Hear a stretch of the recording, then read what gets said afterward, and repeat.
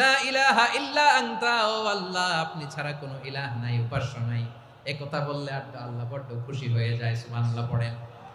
এ দোয়ার দ্বিতীয় অংশে আছে তাসবিহ, মানে আল্লাহর প্রশংসা, প্রশংসা সূচক বাণী। সুবহানাক, সুবহানাক, সুবহানাক, ও আল্লাহ আমি আপনার পবিত্রতা ঘোষণা করছি। সুবহানাক, একথা শুনলেও আল্লাহ খুশি হয়ে যায়। সুবহানাল্লাহ পড়েন। এই দোয়ার তৃতীয় অংশে আছে তাকরীর। তাকরীর মানে পাপের স্বীকৃতি। তাকরীর মানে কি?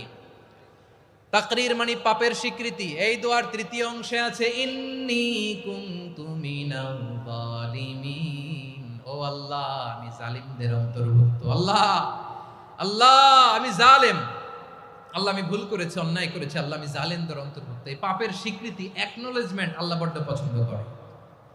যখন আল্লাহর কাছে আপনি ছোট হবেন, ছোট হতে হতে যত ছোট হবেন ওই দৃশ্যটা দেখতে আল্লাহ বড্ড পছন্দ করে। সুবহানাল্লাহ বলেন।